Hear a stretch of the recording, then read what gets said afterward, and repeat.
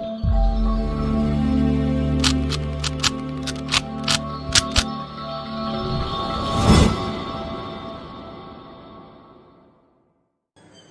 everybody, this is Sarath Chandra and you are watching YouTube channel Solve Math with Sarath. ఈరోజు వీడియోలో similar triangles చాప్టర్లో 3 exercise complete అయిన తర్వాత మనం నేర్చుకోబోతున్నాం Pythagoras theorem. So Pythagoras theorem అంటే ఏంటో ఒకసారి చూద్దాం మనం. సో దీనికోసం మనం ఒక రైట్ యాంగిల్ ట్రయాంగిల్ తీసుకుందాం. మనం రైట్ యాంగిల్ ట్రయాంగిల్ అంటే మీకు తెలుసు, రైట్ యాంగిల్ ట్రయాంగిల్లో ఒక యాంగిల్ రైట్ యాంగిల్ ఉంటుంది. రైట్ యాంగిల్కి ఆపోజిట్ సైడ్గా ఉండేటువంటి దాన్ని మనం హైపోటెన్యూస్ అని పిలుస్తాం.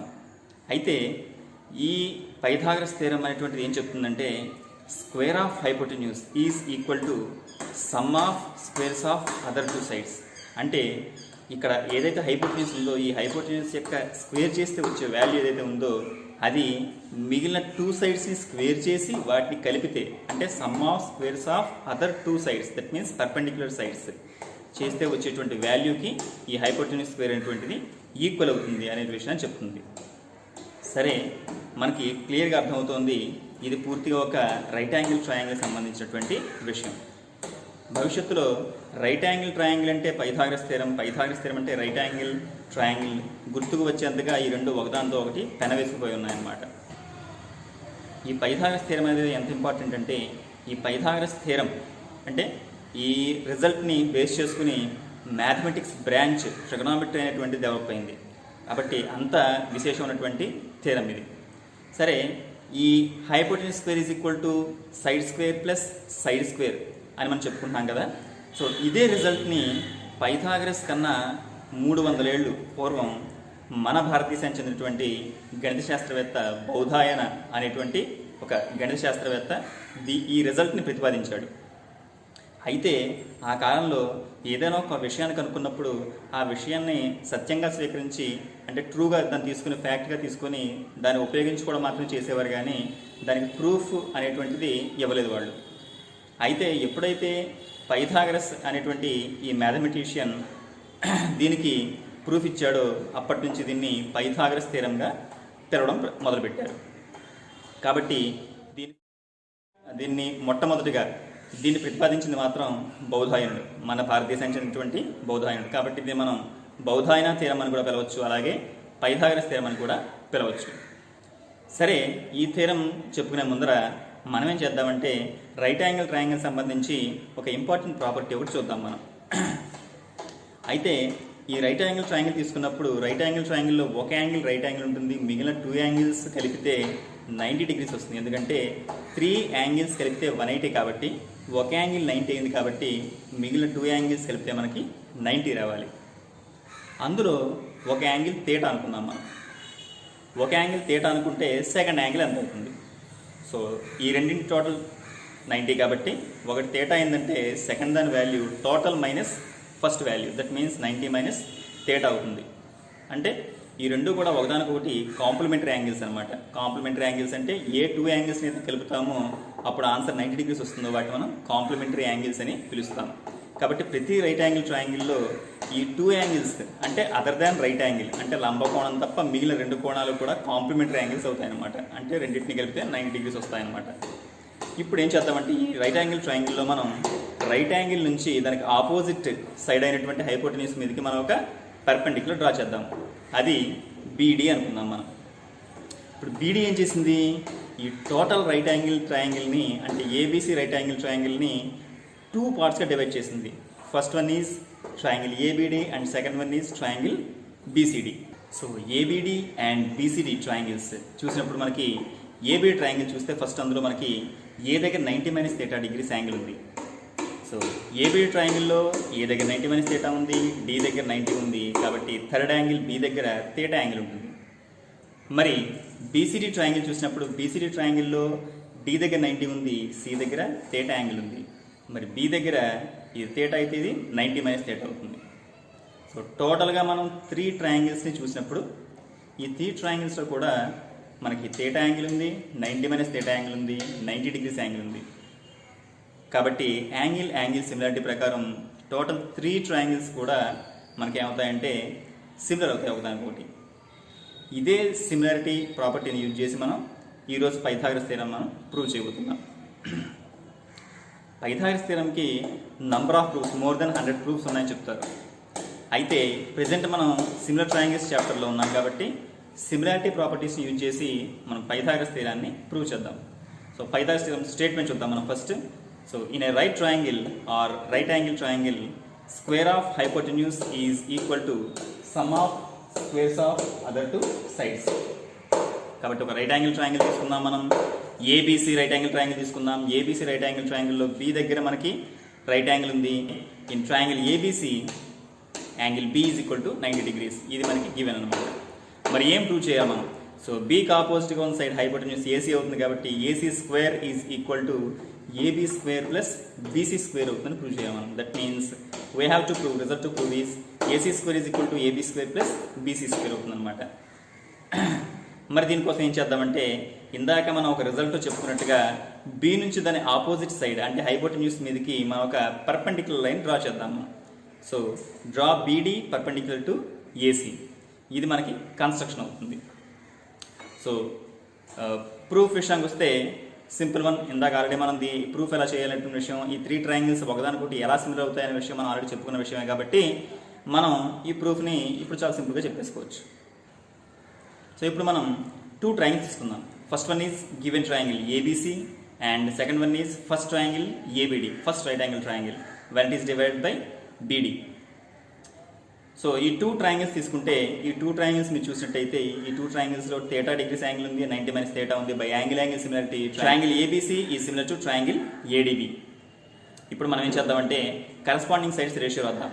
సో కరెస్పాండింగ్ సైడ్స్ రేషియో రాసినప్పుడు first 2 letters by first 2 letters, next 2 letters by next 2 letters, first and last letter by first and last letter అని రాస్తాం. కాబట్టి మీరు ఇప్పుడు జాగ్రత్త చూసినట్టయితే ఏబీసీ ఏడీబీ ఈ రెండిట్లో ఫస్ట్ 2 letters ఏమవుతాయో చూద్దాం. AB by AD is equal to next 2 letters by next 2 letters అంటే BC by DB is equal to first and last letter by first and last letter అంటే ఏసీ బై ఏబీ. ఈ 3 ratios నుంచి మనకు అవసరమైనటువంటి 2 రేషియోస్ని select చేసుకుందాం. So ఆ 2 ratios ఏంటో ఒకసారి చూద్దాం. మనం చూసిన తర్వాత అదే ఎందుకు సెలెక్ట్ చేసామో మనకి అర్థమవుతుంది.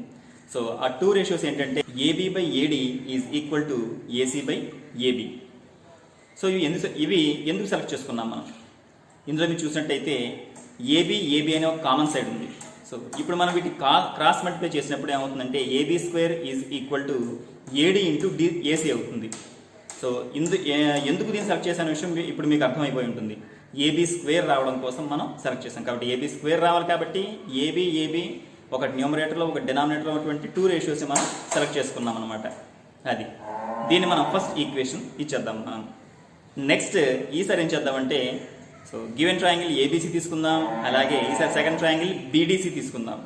సో ఏబీసీ బీడీసీ ఈ 2 ట్రయాంగిల్స్ని మీరు చూసినప్పుడు ఈ 2 ట్రయాంగిల్స్లో యాంగిల్ సి వాల్యూ θ రెండింటిలో కూడా, అలాగే యాంగిల్ డి దగ్గర 90 ఉంది, అలాగే యాంగిల్ బి దగ్గర 90 degrees యాంగిల్ ఉంది 2 ట్రయాంగిల్స్లో. అలాగే మిగిలిన యాంగిల్ కూడా 90 - θ అవుతుంది. కాబట్టి ఇవి కూడా మళ్ళీ వన్స్ అగైన్ యాంగిల్ సిమిలారిటీ ప్రకారం ట్రయాంగిల్ ఏబీసీ ఈ సిమిలర్ టు ట్రయాంగిల్ బీడీసీ అవుతుంది. వన్స్ అగైన్ మనం కరెస్పాండింగ్ సైడ్స్ రేషియో రాద్దాం. AB by BD is equal to BC by DC is equal to AC by BC. ఇప్పుడు కూడా మనం 2 కామన్ సైడ్స్ ఒకటి న్యూమరేటర్లో ఉండాలి, ఒకటి డినామినేటర్లో ఉండాలి. అలాంటి 2 రేషియోస్ని మనం సెలెక్ట్ చేసుకుందాం. అవేంటంటే AC by BC is equal to BC by DC. ఈ రెండిట్లో కూడా మనకి బీసీ ఉంది. సో మళ్ళీ వన్స్ అగైన్ క్రాస్ మల్టిప్లై చేస్తాం మనం. బీసీ ఇంటూ బీసీ స్క్వేర్ అవుతుంది. నెక్స్ట్ డీసీ ఇంటూ ఏసీ అవుతుంది. కాబట్టి BC square is equal to DC into AC. ఇది మనం సెకండ్ ఈక్వేషన్గా ఇచ్చుకుందాం. సో ఇప్పుడు ఈ 2 ఈక్వేషన్స్ని మనం యాడ్ చేద్దాం. సో ఈ 2 ఈక్వేషన్స్ని యాడ్ చేసినప్పుడు left hand side plus left hand side చేస్తాం is equal to right hand side plus right hand side చేయాలి. సో లెఫ్ట్ హ్యాండ్ సైడ్లో మనకున్నది AB square plus BC square is equal to right hand సైడ్లో ఉన్నది AD into AC plus DC into AC. రెండిట్లో మీరు చూసినట్టయితే AC కామన్గా ఉంది. ఏసీ కామన్ తీసేద్దాం మనం. నెక్స్ట్ స్టెప్లో మనకి ఏసీ కామన్ తీసాం కాబట్టి ఫస్ట్ టర్మ్లో ఏడీ మిగులుతుంది ప్లస్ సెకండ్ టర్మ్లో డీసీ మిగులుతుంది. So AD plus DC into AC. So మీరు ట్రయాంగిల్ చూసినట్టయితే AD plus DC value AC అవుతున్న విషయం మనకు అర్థమవుతుంది. కాబట్టి AD plus DC value AC అవుతుంది. So AC into AC is equal to AC square అవుతుంది. కాబట్టి AB square plus BC square is equal to AC square. కాబట్టి మనకి పైథాగరస్ థియరం మనకి ప్రూవ్ అయింది. సో పైథాగరస్ థియరం మీద బేస్ అయినటువంటి 4th ఎక్సర్సైజ్లో ఉన్నటువంటి ఈ ప్రాబ్లం చూద్దాం మనం. So in a right angle triangle ABC, right angle is at C, then prove that AB square is equal to 2AC square అని prove చేయాలి. అయితే ఇక్కడ ఇచ్చిన ట్రయాంగిల్ ఏంటంటే ఐసోసెలస్ రైట్ యాంగిల్ ట్రయాంగిల్. అంటే మనం తెలుగులో చెప్పుకోవాలనుకుంటే లంబకోణ సమద్విబాహు త్రిభుజం. అంటే అందులో 2 సైడ్స్ ఈక్వల్గా ఉంటాయి అండ్ ఒక యాంగిల్ 90 degrees ఉంటుంది. సో ట్రయాంగిల్ ఏదో మనం ఒకసారి తీసుకుందాం. మనం ట్రయాంగిల్ తీసుకున్నట్టయితే ఇందులో మనకి ఏసీబి అనేది ఈ రైట్ యాంగిల్ ట్రయాంగిల్. ఇది ఐసోసెలస్ కాబట్టి AC is equal to BC అవుతుంది. అలాగే యాంగిల్ సికి ఆపోజిట్లో ఉన్నటువంటి రైట్ యాంగిల్కి ఆపోజిట్గా ఉన్నటువంటి సైడ్ ఏబి అనేది హైపోటెన్యూస్ అవుతుంది అనమాట. కాబట్టి మనం ఇక్కడ పైథాగరస్ థియరం మనం ఉపయోగించవచ్చు. సో పైథాగరస్ థియరం ఉపయోగించినట్టయితే hypotenuse AB square is equal to AC square plus BC square అవుతుంది. But given that AC is equal to BC, ఎందుకంటే ఇది ఐసోసెలస్ ట్రయాంగిల్ కాబట్టి. So AC is equal to BC కాబట్టి మనం ఏం చేయొచ్చు అంటే నెక్స్ట్ స్టెప్లో AB square is equal to AC square plus BC square ప్లేస్లో నేను మళ్ళీ ఏసీ స్క్వేర్ రాస్తాను, ఎందుకంటే బీసీ అన్న ఏసీ అన్న ఒకటే కాబట్టి. కాబట్టి లాస్ట్ స్టెప్లో ఏమొస్తుందంటే AB square is equal to AC square plus AC square. That means AB square is equal to 2 into AC square వస్తుంది అనమాట.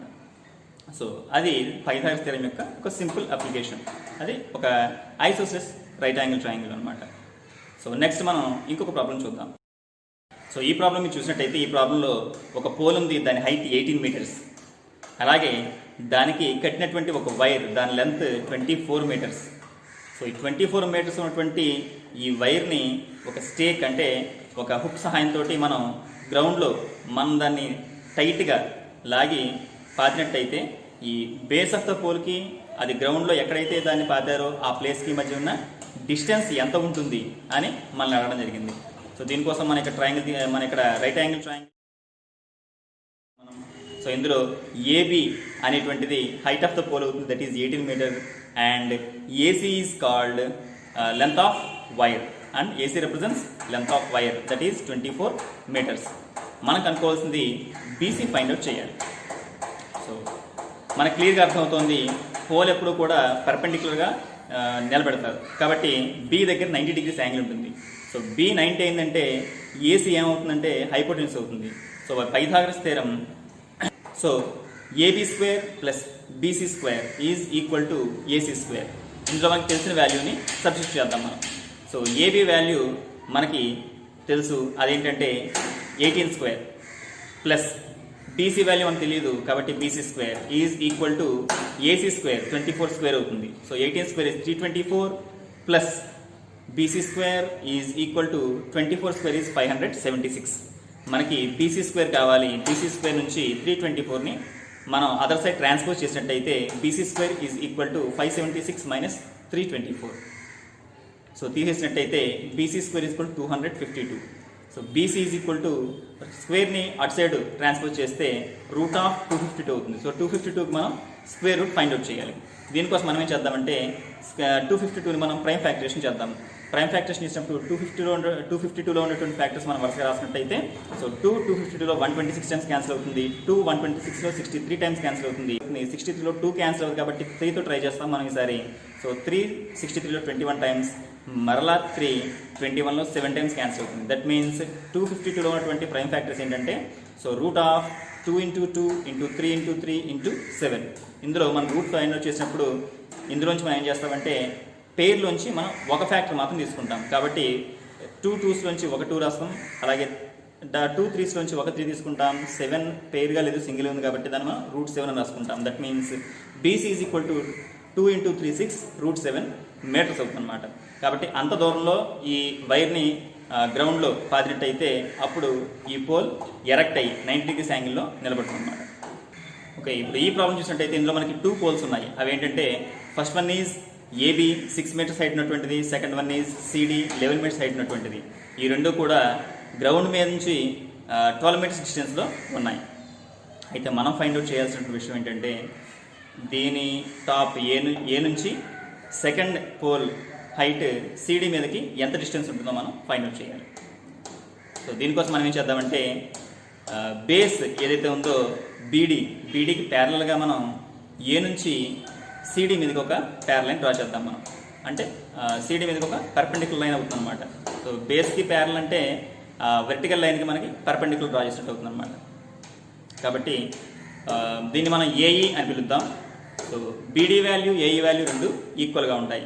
సో బీడీ 12 కాబట్టి ఏఈ కూడా 12 అవుతుంది from the figure.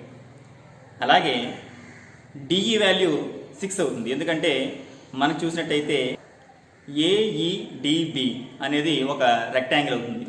So ఏఈడిబి rectangle అవుతుంది కాబట్టి ఏఈడిబికి ఈక్వల్గా ఉంటుంది. అలాగే ఏబి డిఈకి ఈక్వల్గా ఉంటుంది. కాబట్టి ఇది 6 మీటర్స్ అవుతుంది. ఎప్పుడైతే డిఈ 6 అయిందో ఈసీ ఎంత అవుతుందంటే 5 మీటర్స్ అవుతుంది.